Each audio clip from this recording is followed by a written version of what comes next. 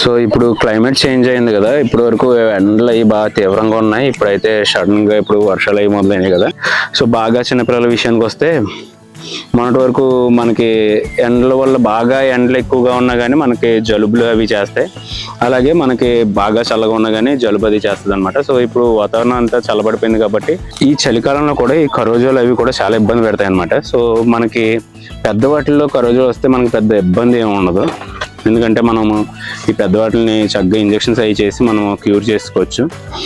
మనకి ఇలా పెద్ద వాటిల్లో కాకుండా మనకి చిన్నపిల్లల్లో కరోజులు అయ్యి వచ్చినాయి అంటే మాత్రం మనం కొంచెం ఇబ్బంది పడతాం, ఎందుకంటే ఆ చిన్నపిల్లలకి మనం ఎలాగా ట్రీట్ చేయాలి ఏంటి అనేది మనకు కొద్దిగా ఇబ్బంది అవుతుంది అనమాట. సో ఈరోజు మనం ఈ వీడియోలో అసలు మనకి కరోజో ఎలా వస్తుంది, ఏ విధంగా వస్తుంది, కరోజో వచ్చిన పిల్లలు ఎలా ఉంటాయి, వాటికి మనం ఏం ట్రీట్మెంట్ చేసుకోవాలనేది, పిల్లల్లో వస్తే ఏ విధంగా చేయాలి, పెద్ద వాటిలో వస్తే ఏ విధంగా చేయాలనేది కూడా మనం ఈ వీడియోలో పూర్తిగా చూద్దాం.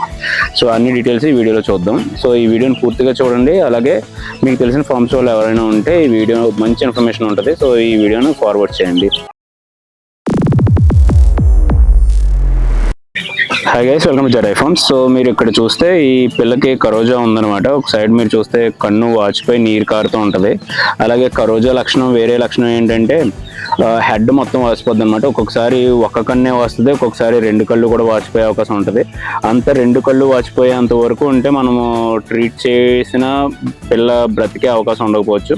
బట్ మీరు ఇక్కడ చూసారు కదా, ఈ పిల్లకి కొంచెం ఒక సైడ్ కన్ను అంతా వాచిపోయింది. సో ఇప్పుడు మనం ఈ పిల్లకి ఆల్రెడీ ట్రీట్ చేస్తున్నాం. సో కాబట్టి ఇది తగ్గుతుంది, మనకి ఇబ్బంది ఏం లేదు. సో అంటే ఫస్ట్ ఈ పిల్లని అసలు మనం సెపరేట్ చేసుకోవాలి, వీటిలో ఉంచకూడదు, మిగతా పిల్లల్లో ఉంచకుండా వీటిని సెపరేట్ చేసుకోవాలి. దాని తర్వాత మనకి ఏంటంటే ఒక్కొక్కసారి రెండు కళ్ళకు కూడా కరోజా వచ్చేస్తుంది, అంటే రెండు కళ్ళు వాచిపోయి ఉంటుంది అనమాట. ఒక్కొక్కసారి వాపు, కంటి నీరు వస్తుంది అనమాట. కంటి నుంచి నీరు రావడం అలాగే వాపు ఉంటే మీరు ఫస్ట్ చూసుకోవాల్సింది ఏంటంటే అది కరోజా అని అర్థం అనమాట. బాగా ఎక్కువైపోతే కరోజా పిల్ల చనిపోయే అవకాశం ఉంటుంది. సో కరోజా బాగా ఎక్కువ అవ్వకుండా చూసుకోవాలన్నమాట. సో దానికి ఈరోజు మనం ట్రీట్మెంట్ ఏం చేయాలి, ఎలా చేయాలి అనేది కూడా చూద్దాం. అలాగే పెద్దవాటిలో కరోజా వస్తే ఏం చేయాలి ఏంటనేది చూద్దాం.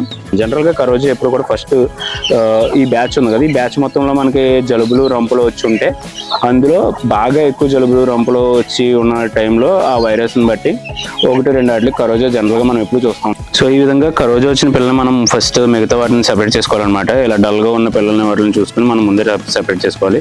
ఒక్కొక్కసారి బాగా జలుబు అది ఉన్నా కానీ ఆ పిల్లల్ని జలుబు వల్ల మనకి కరోజా వచ్చే అవకాశం ఉంటుంది. సో ముందుగానే జలుబుకి మనం ట్రీట్మెంట్ అది చేసుకోవాలి. మనం జలుబుకి రొంపలకి వాటికి మనం అజివేట్ వాడుతున్నాం. సో అజివేట్ సొల్యూషన్ వాడుకుని మనం ట్రీట్మెంట్ చేసుకోవచ్చు. సో అదేవిధంగా ఇప్పుడు కరోజా వచ్చిన తర్వాత మనం ఏం చేయాలంటే, ఇటువంటి పిల్లలకి కరోజా వస్తే ఫస్ట్ మనం కన్ను క్లీన్ చేసుకోవాలన్నమాట. సో ఆ కన్ను ఏ విధంగా క్లీన్ చేసుకోవాలంటే, మనం ఫస్ట్ కొంచెం ఉప్పు నీటి వాటర్ తీసుకుని, నేనైతే జనరల్గా కళ్ళుప్పు అంటారు కదా, మనం సాల్ట్ కాకుండా ఆ ఉప్పు నీటిని మనం లైట్గా కంట్లో వేస్తాం అనమాట. 1-2 సార్లు, అంటే 1-2 డ్రాప్స్ కంట్లో వేసి క్లీన్ చేస్తాం. కన్ను క్లీన్ అయిన తర్వాత మనము అలా క్లీన్ చేసుకున్న తర్వాత మనం పెండెస్టన్ ఆయింట్మెంట్ రాసుకుంటాం అనమాట. పెండెస్టన్ ఆయింట్మెంట్ కంటికి రాస్తే కంటి వాపులకి వాటికి చాలా బాగా పనిచేస్తాయి.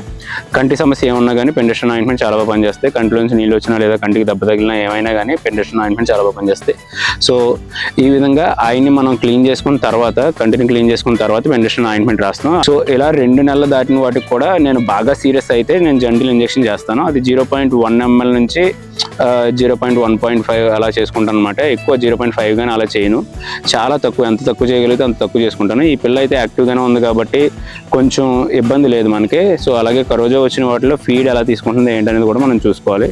ఫీడ్ బాగానే తీసుకుంటుందా లేదా అనేది కూడా మనం చెక్ చేసుకుంటూ ఉండాలన్నమాట. సో ఇది చిన్నపిల్లల్లో మనకి కరోజా వస్తే మనం చేయాల్సిన పద్ధతి.